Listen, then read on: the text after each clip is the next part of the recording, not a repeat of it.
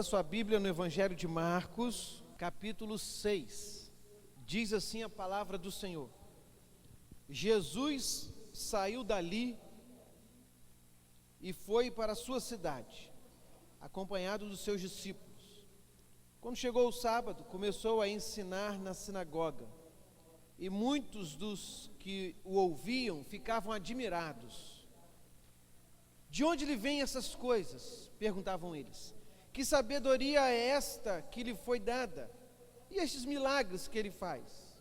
Não é este o carpinteiro, filho de Maria, irmão de Tiago, José, Judas e Simão? Não estão aqui conosco as suas irmãs? E ficavam escandalizados por causa dele. Jesus lhes disse: só em sua própria terra, entre seus parentes e em sua própria casa, é que um profeta não tem honra. E não pôde fazer ali nenhum milagre, exceto impor as mãos sobre alguns doentes e curá-los. E ficou admirado com a incredulidade deles.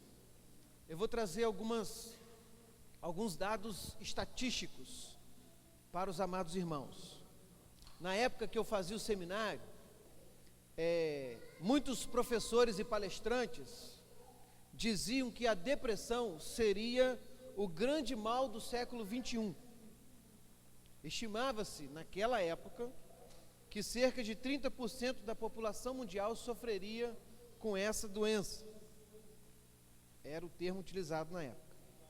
Atualmente, a depressão é a quarta principal causa de incapacitação em todo o mundo. E de acordo com as projeções da Organização Mundial de Saúde, em 2030, ela será o mal mais predominante no planeta, à frente do câncer e de algumas doenças infecciosas.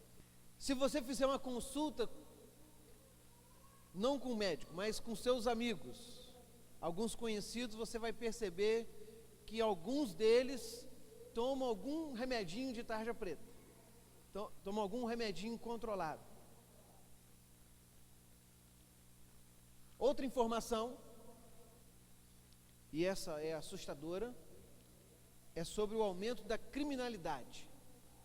O jornal O Globo publicou uma reportagem onde dizia que no Brasil, em 2014, é uma reportagem antiga, houve um aumento de quase 22% no número de homicídios, comparado com os dados de 2003. Aumento da depressão, aumento da criminalidade. Um outro dado estatístico é o aumento dos evangélicos no Brasil. Segundo a pesquisa feita pelo IBGE entre 2000 e 2010, o total de evangélicos no Brasil subiu de 26,2 milhões para 42 milhões em 2010. De 2000 para 2010. Estima-se que éramos cerca de 61 milhões de evangélicos no Brasil. Eu selecionei, irmãos, esses dados preocupantes sobre a depressão e a criminalidade e a violência, e os associo a informação do aumento do número de evangélicos e percebo que não há nenhuma correlação entre esses dois dados. Eu não sou especialista na área de estatística, não sei se essa correlação que eu estou fazendo, ela tem fundamento científico, mas para mim, irmãos, ela deveria ter um fundamento espiritual, porque na minha simples opinião, e inocente opinião, o aumento do número dos evangélicos deveria fazer com que se diminuísse o número de pessoas com depressão e da criminalidade. Isso porque nós temos enfatizado pelo Senhor Jesus dois grandes mandamentos que devem andar unidos, que é o amor a Deus e o amor ao próximo. o meu amor a Deus, ele subentende-se que a minha comunhão com Deus estará numa caminhada progressiva.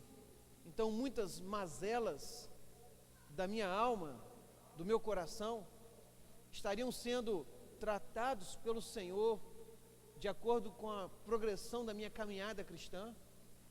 Então, se eu antes de Jesus eu sofria com esse mal,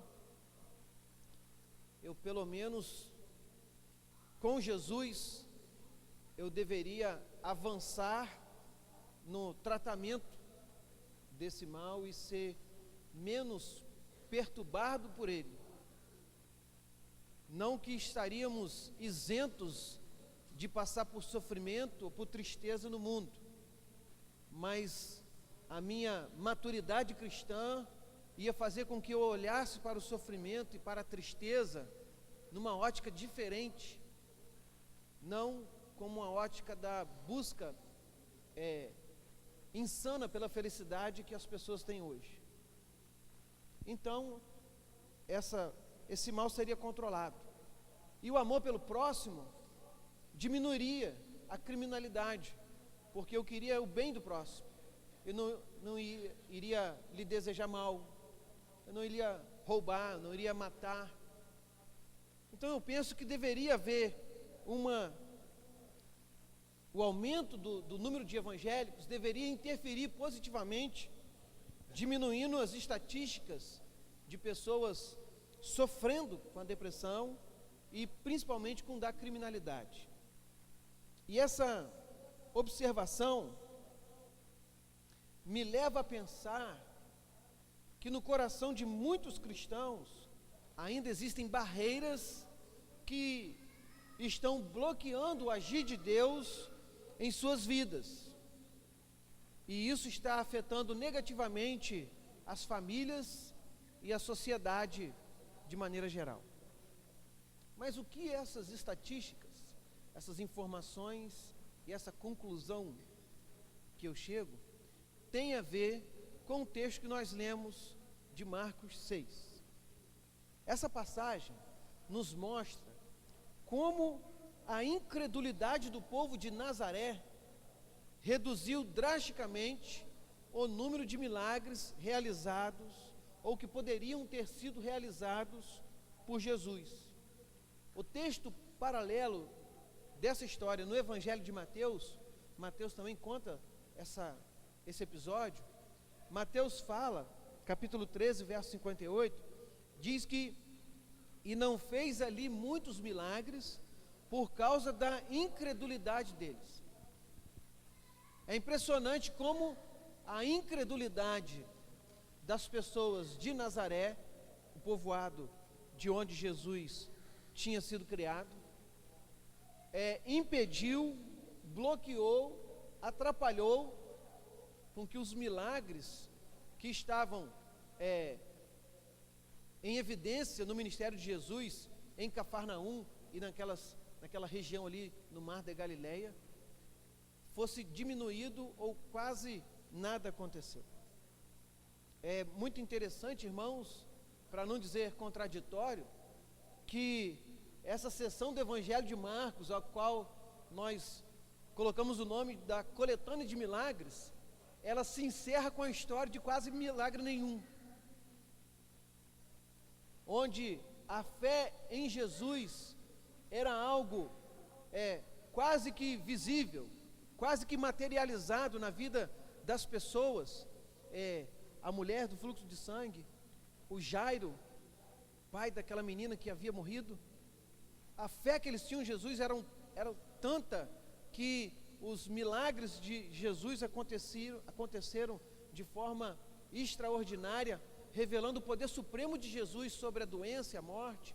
O episódio de Jesus com o endemoniado gadareno, quando Jesus acalmou a tempestade.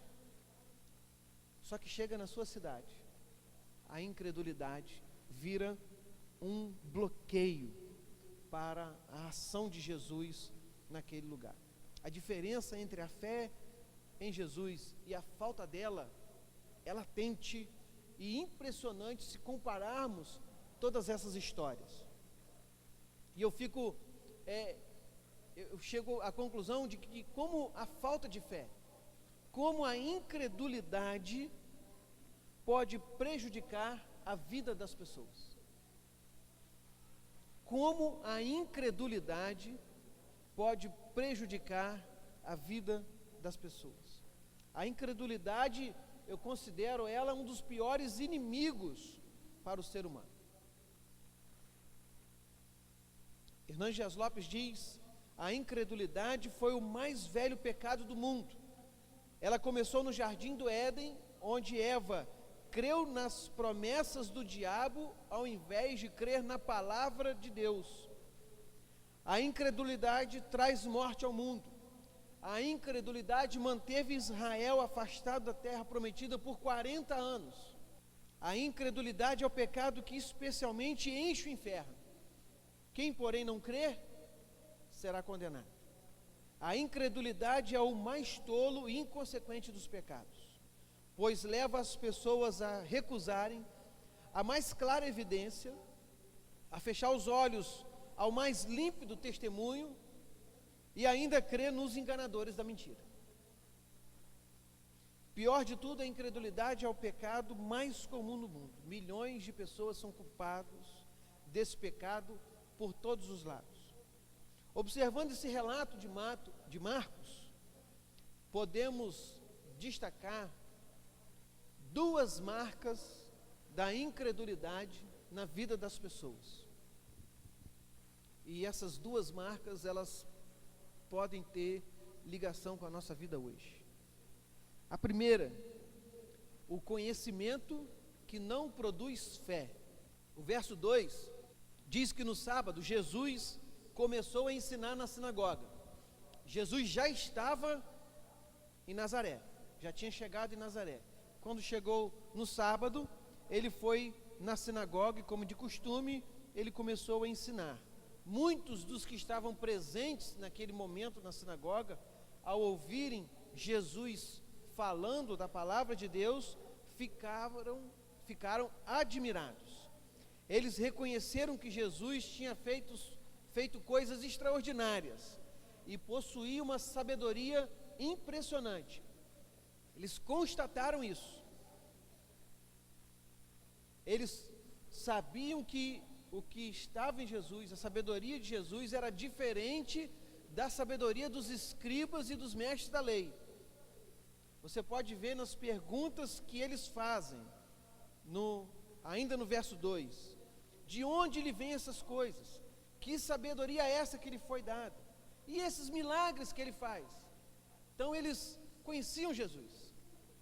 Eles constataram da sabedoria de Jesus. Eles confirmaram que Jesus fazia milagres. Mas se você analisar bem o contexto em que eles fazem essas perguntas, não era fruto de uma admiração positiva, mas era de desprezo, por não acreditarem que uma pessoa do convívio deles poderia estar realizando coisas tão grandiosas. A sabedoria de Jesus deixa sua audiência fascinada e a realidade de suas poderosas obras é reconhecida por todos eles. No entanto, eles questionam a fonte e a origem dessa capacidade de Jesus. Eles estavam com a cabeça cheia de perguntas, mas com o coração vazio de fé. Eles conheciam Jesus, eles sabiam das suas obras, e é provável terem visto algum milagre, pois Nazaré ficava distante cerca de 30 quilômetros de Cafarnaum. Então muitos nazarenos deveriam ter visto alguns dos milagres em Jesus em Cafarnaum. Mas o seu conhecimento a respeito de Jesus não produziu fé, pelo contrário, produziu dúvidas no coração deles. Irmãos, eu vejo aqui que precisamos estudar as Escrituras com a mente aberta. na dependência do Espírito Santo, pedindo a Deus que produza uma fé ativa em nosso coração. O conhecimento teológico e o estudo sistemático da sã doutrina deve produzir em nós uma vida piedosa e uma fé fervorosa. Amém? A gente pode correr o risco de cair no erro de se conhecer história, de se conhecer teologia e de negar os fatos que aconteceram aqui.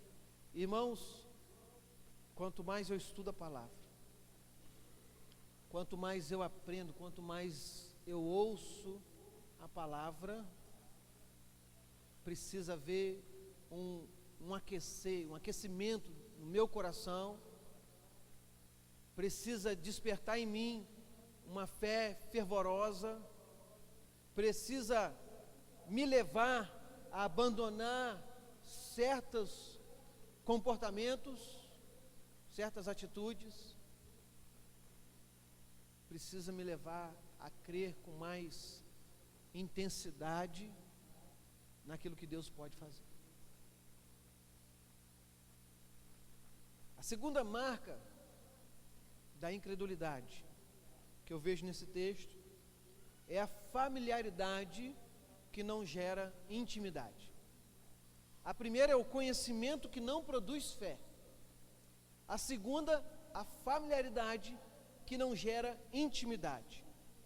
Repare no verso 3, que nós vemos a confirmação de que as pessoas realmente conheciam Jesus, pois falam do seu ofício como carpinteiro, citam o nome da sua mãe e os nomes dos seus irmãos, além de dizer que as suas irmãs estavam ali por perto. 4 irmãos, pelo menos: Tiago, José, Judas e Simão, além das irmãs que Marcos não cita o nome delas aqui.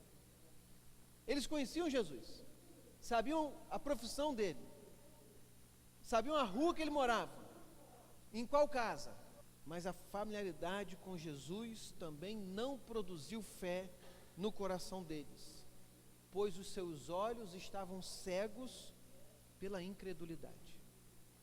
Para eles, Jesus fazia parte do cotidiano daquela cidade. Sua família era uma família simples, sem muitos feitos, sem nada de extraordinário para apresentar, sem destaque na sociedade. Onde Jesus estudou? A pergunta, de onde lhe vem essa sabedoria? É um questionamento, onde que ele estudou? De onde lhe vem essa sabedoria?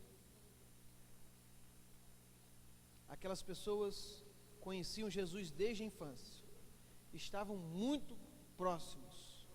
Jesus, ele saiu de Nazaré, passou pouco tempo andando pela região ali da Galileia, né? Mar da Galileia, Cafarnaum, Marcos. A gente está num setor do Evangelho de Marcos, onde a área geográfica da ação de Jesus é ali, Cafarnaum, aos arredores do Mar da Galileia. Então, Jesus volta para Nazaré e se apresenta como um profeta, ou como um mestre, como aquele que desafiava o povo a responder uma verdade espiritual incomum. Só que eles não deram ouvidos à mensagem, pois não conseguiam enxergar ali nada além de um homem comum. Os moradores de Nazaré perderam uma riquíssima oportunidade de usar a familiaridade que tinham com Jesus para criar laços de intimidade com o Messias.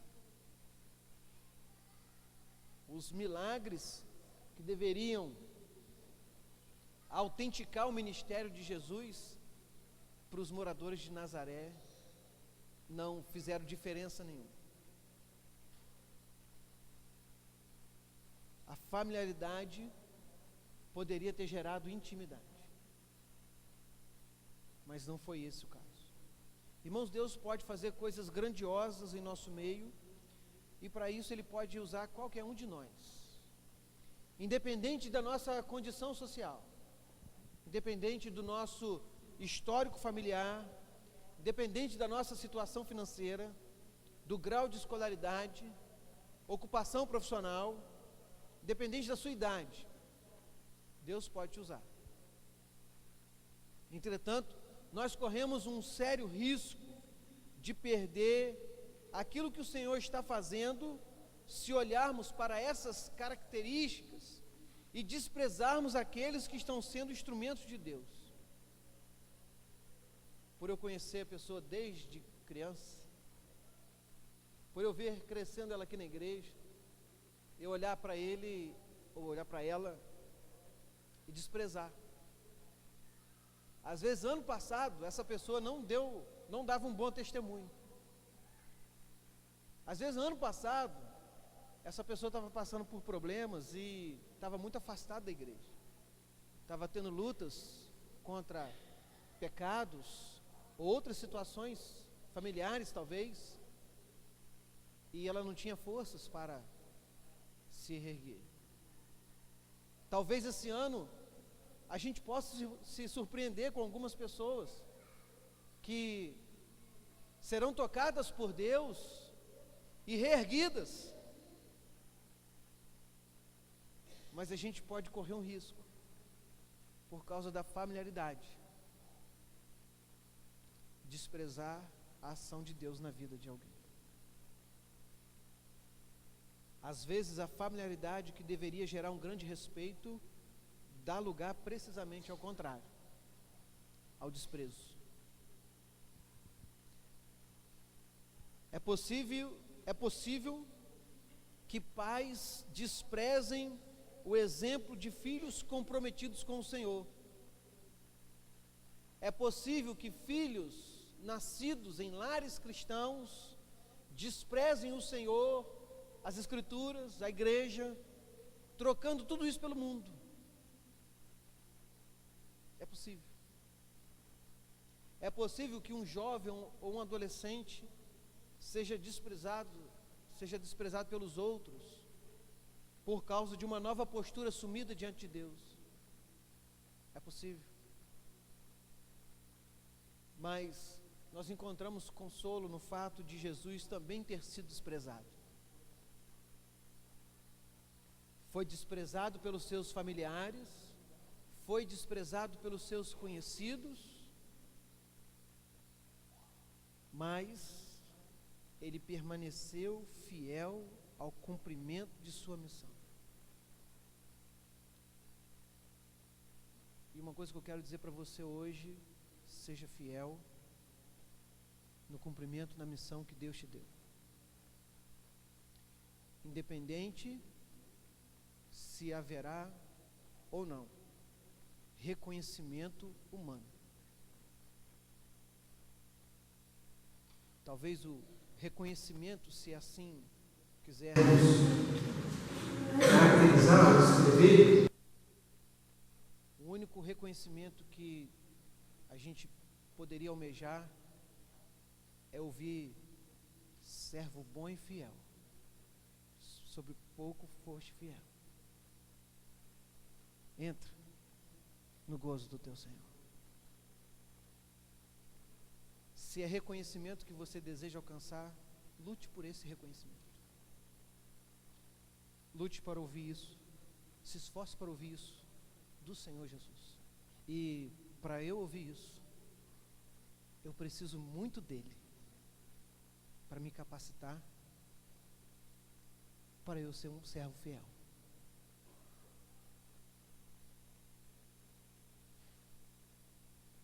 O conhecimento que não produz fé, a familiaridade que não produz intimidade. Como essas duas marcas da incredulidade podem aparecer na sua vida? Você está tão acostumado com as pessoas à sua volta e com a maneira que elas vivem que você nem ora pela conversão delas. Os pecados que elas praticam não te incomodam tanto. Você não confronta em amor essas pessoas a respeito da salvação delas. Tem tanto tempo que você não vê um milagre ou algo extraordinário acontecendo que você acha que Deus não pode mudar o coração daquela pessoa, ou que a situação que você está vivendo é difícil demais para Deus. Você está tão distante do propósito de Deus para a sua vida que você não ora com tanta frequência, você não lê a Bíblia direito, não visita outros irmãos e muito menos evangeliza alguém. Você deixa de acreditar na atuação direta de Deus nas pequenas coisas da sua vida. E com isso você se ocupa mais com o trabalho. Nos momentos de folga, você só pensa em lazer, passeios, esportes, festas, jogos, ou até trabalho extra. Para carregar suas forças espirituais, você poderia participar de um congresso, um retiro espiritual, um curso de capacitação ministerial, um projeto missionário, mas essas coisas nem passam pela sua cabeça. Você ouve uma mensagem no culto, às vezes concorda com o que o pastor falou, mas durante a semana você não coloca nada em prática. Irmãos, tudo isso que eu acabei de falar agora de alguma forma evidencia na nossa vida a incredulidade. Pois se você crê numa coisa e não vive vive de maneira contrária àquilo que crê, sua crença é falsa. Ou numa expressão totalmente contraditória, você não acredita naquilo que diz crer. Eu li na internet um tempo atrás aí, que estamos vivendo numa época em que as pessoas adoram Jesus no domingo, mas vivem durante a semana como se ele não existisse. É o ateísmo funcional. Pensando em tudo isso, irmãos, eu vejo como ou o porquê do aumento dos índices de pessoas com depressão e o aumento da criminalidade. Porque nós não estamos vivendo de acordo com aquilo que dizemos crer. E quando eu digo nós, não é apenas nós aqui. A igreja, de modo geral. Ou as pessoas que estão na igreja, né? Porque o verdadeiro discípulo, ele está buscando. Amém? Ele pode estar tendo lutas, pode estar tendo dificuldade, pode estar enfrentando oposição, mas ele está buscando. Ele está partindo atrás. Como vencer a incredulidade? O remédio contra a incredulidade, ou a atitude contra a incredulidade, ou as ações para vencer a incredulidade se resumem numa pequena palavra de apenas 2 letras: fé. Ter fé. Ter fé é tão forte, irmãos, é tão essencial, tão importante, tão sublime, que a Bíblia diz em pelo menos 4 momentos que o justo viverá pela fé. Abacuque 2,4, Romanos 1,17, Gálatas 3,11 e Hebreus 10,38. Traz essa expressão: o justo viverá pela fé. O escritor de Hebreus, capítulo 11, verso 6, diz que sem fé é impossível agradar a Deus.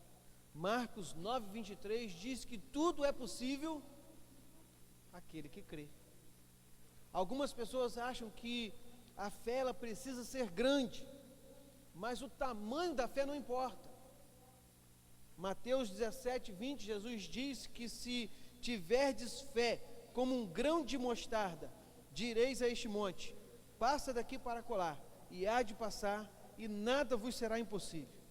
O importante é ter fé em Deus. ter fé em Deus. Nós podemos ter o conhecimento bíblico, podemos entender a teologia, podemos ter anos de vivência na igreja, mas se não tivermos fé no poder de Deus, nosso conhecimento teológico e familiaridade com a vida religiosa não servirão para nada. O potencial da sua fé em Jesus é algo extraordinário. E quando eu digo isso, eu penso de cada um de nós fazermos uma avaliação da nossa fé em Jesus. Por que isso? Primeiramente, a fé em Jesus me leva a ser salvo. Amém? A fé em Jesus me leva a ter uma nova vida, a ser uma nova criatura. A fé em Jesus me leva a amar o próximo. A fé em Jesus me leva a perdoar o próximo. A fé em Jesus me leva a orar segundo a vontade de Deus. A fé em Jesus me leva a receber as promessas de Deus. A fé em Jesus me leva a vencer os ataques de Satanás. A fé em Jesus me garante uma proteção espiritual. A fé em Jesus me dá forças para enfrentar os dias maus. A fé em Jesus me leva a confiar que tudo está sob o controle do Senhor. Se a fé que eu tenho não me leva a viver essas realidades, há algo de errado com a minha fé. A incredulidade, como eu disse, é um dos piores inimigos para o ser humano, pois a falta de fé é um grande obstáculo para o desenvolvimento da nossa vida com Deus. Jesus não estava disposto a fazer milagres onde as pessoas não acreditavam. Ali, em Nazaré, não se revelou uma impotência de Jesus. Mas o não pôde ali está mais relacionado a uma disposição dele em querer realizar milagres ali. Algumas pessoas acham que se o milagre acontecer, as pessoas vão crer em Jesus. Só que é justamente o contrário. Não é o milagre que gera fé, é a fé que gera o milagre. Jesus não pôde fazer muitos milagres em Nazaré, pois a atmosfera era má por causa da incredulidade. Em uma atmosfera espiritual de grandes expectativas e de fé, o esforço mais humilde pode inflamar o coração das pessoas. E do contrário, também é verdade, numa atmosfera de frieza, de crítica, de indiferença, as expressões mais inflamadas pelo Espírito podem cair por terra por causa da frieza das pessoas. Marcos diz que Jesus ficou admirado com a incredulidade deles, os moradores de Nazaré. Isso me fez pensar na seguinte questão: qual será a opinião de Jesus sobre nossos cultos, nossas orações, nossas músicas? E eu gostaria que você pensasse um pouco nessa questão e fizesse algo para que nossos cultos, nossa vida como igreja fosse diferente. Venha para o culto com uma expectativa boa, na esperança de que Deus irá fazer alguma coisa. Alguém será salvo, uma resposta de oração será anunciada, alguém será convencido pelo Espírito a se reconciliar com Deus. Da sua parte, ofereça um culto agradável a Deus, cante com o coração, cante com a mente, ore com fervor, leia a Bíblia com vontade de aprender, participe das atividades da igreja, ofereça ajuda aos ministérios da igreja, participe dos discipulados. Se você tem algum talento musical, participe do louvor, mas não fique parado. contribua, seja um cooperador. Você não foi feito para ficar sentado, você foi feito para ficar de pé, trabalhando para o Senhor. Fora dos cultos, seja um amigo mais chegado que um irmão. Visite os irmãos idosos da igreja. Procure pelos irmãos faltosos. A pessoa, ela não está precisando somente da visita do pastor. Ela precisa saber que tem outras pessoas com ela. É de igual para igual, irmãos. Você também, se você ler algumas passagens de Hebreus, fala da importância da mutualidade, da reciprocidade, de estarmos sempre juntos, para um dizer para o outro, para continuar na caminhada, para um encorajar o outro a vencer o pecado. Meu desejo, irmãos, é participar de uma igreja onde os cultos sejam marcados por uma congregação vibrante, quebrantada, piedosa e fervorosa, com firmeza bíblica, cheia de fé e amor de uns pelos outros. Vamos continuar, irmãos, dando passos nesse caminho. Congregação vibrante, quebrantada, piedosa e fervorosa, com firmeza bíblica, cheia de fé e amor uns pelos outros. Que o Senhor nos abençoe e nos conduza nesse caminho.